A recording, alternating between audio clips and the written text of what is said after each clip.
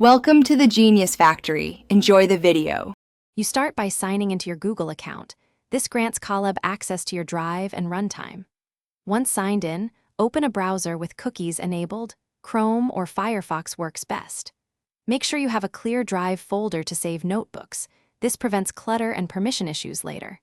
You don't need special hardware now, but decide whether you might want GPU or TPU for heavy tasks so you can enable them after creating the notebook. You create a new Colab notebook and rename it so you can find it easily in Drive.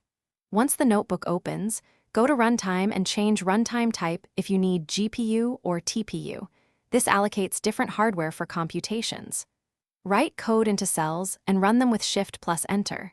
Use pip install for extra Python packages, and then restart the runtime when installations modify system libraries. Make sure to mount Drive when you need persistent files, so your data stays synced.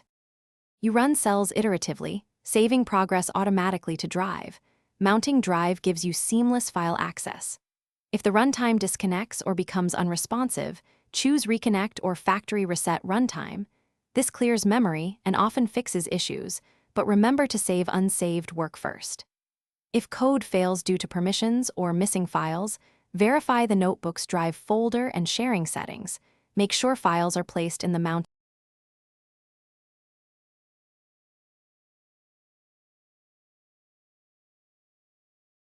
Thanks for watching. If you found this helpful, don't forget to like and subscribe.